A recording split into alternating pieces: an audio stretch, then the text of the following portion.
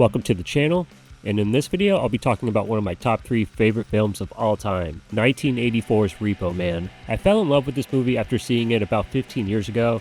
It was written and directed by Alex Cox, and it was his first feature film. Alex was inspired by a friend who was an actual Repo Man, and he even helped him repossess a couple cars as well. Some of Harry Dean Stanton's dialogue came straight from that Repo Man, like, "An asshole gets killed for a car." And "Ordinary fucking people, I hate them."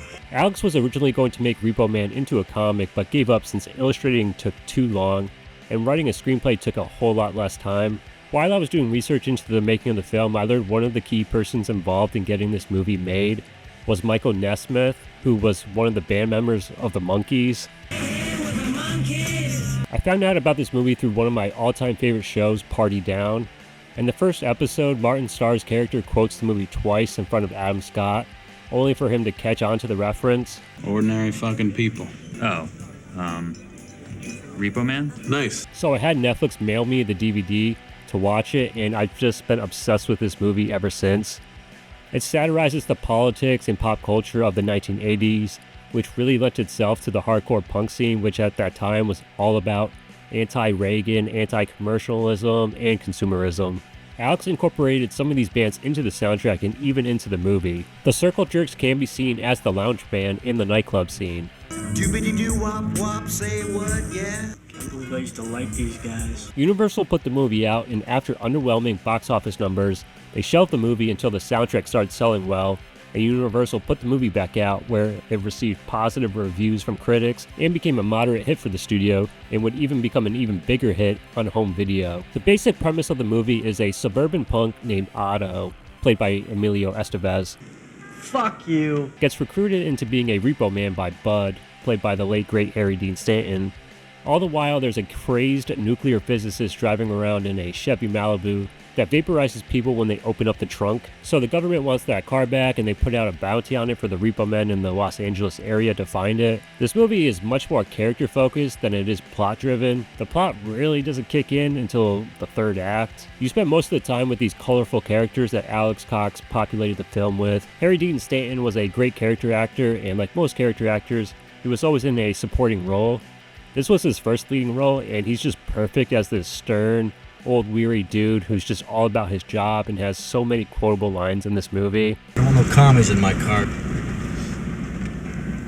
No Christians either." The only one else that rivals Stanton with quotable dialogue is Tracy Walters as Miller. He's like the custodian, I guess, of this repossession yard, and he's either pontificating The more you drive,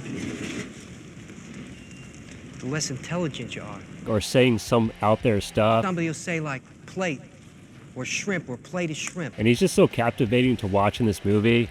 Like Stanton, he's a character actor, and most of you will probably know him as Bob from the Michael Keaton Batman movie. Emilio is great as Otto, who's a likable jerk, and he's just aimless in life until he meets Bud. This movie came out after The Outsiders, which was probably his first big movie, and after Repo Man, he did Breakfast Club, which just solidified him as an 80s star. I think most people my age mostly think of him as Coach Bombay from the Mighty Ducks. The rest of the cast is great. Cy Richardson as Light has a few great scenes and is also a solid mentor to Otto.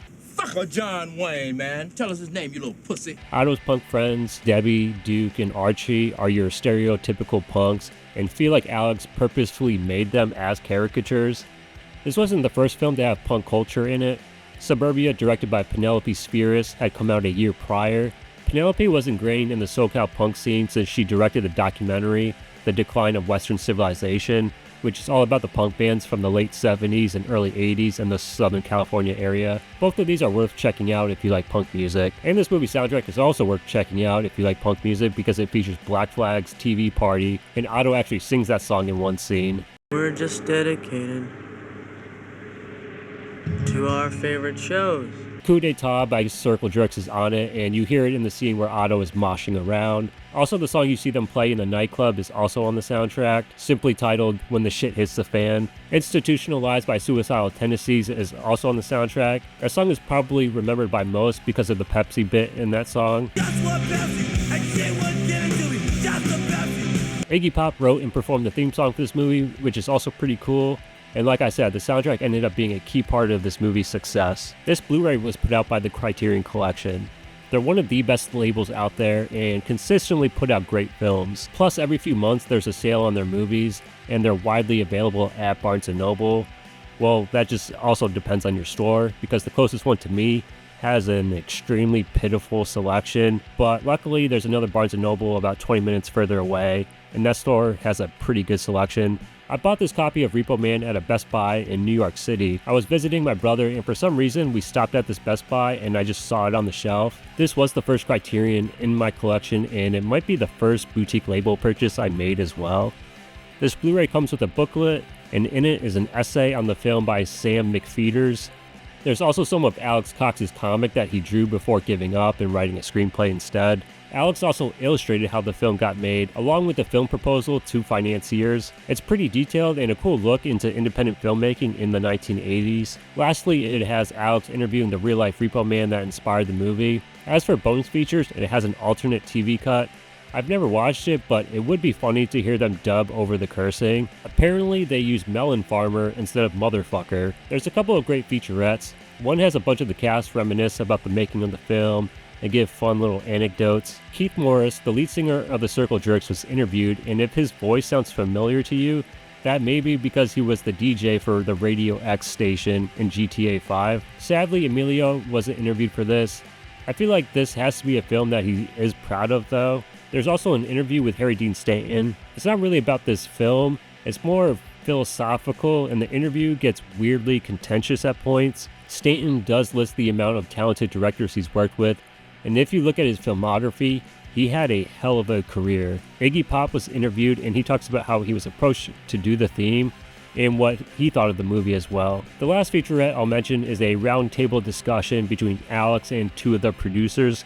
It's pretty informative, and Alex mentions how things got so heated between him and Stanton that he wanted to fire him, but the producers said no because they were already too far into the shoot and it would be way too costly to reshoot everything. This is a great Blu-ray, and I would recommend it to any collector or film lover. Criterion also upgraded it last year to 4K, so there's that option. And it's the exact same edition as this, but just with better picture quality. I hope you enjoyed this video. This movie really means a lot to me. It combines a genre film with a music scene that really shaped the person that I am today.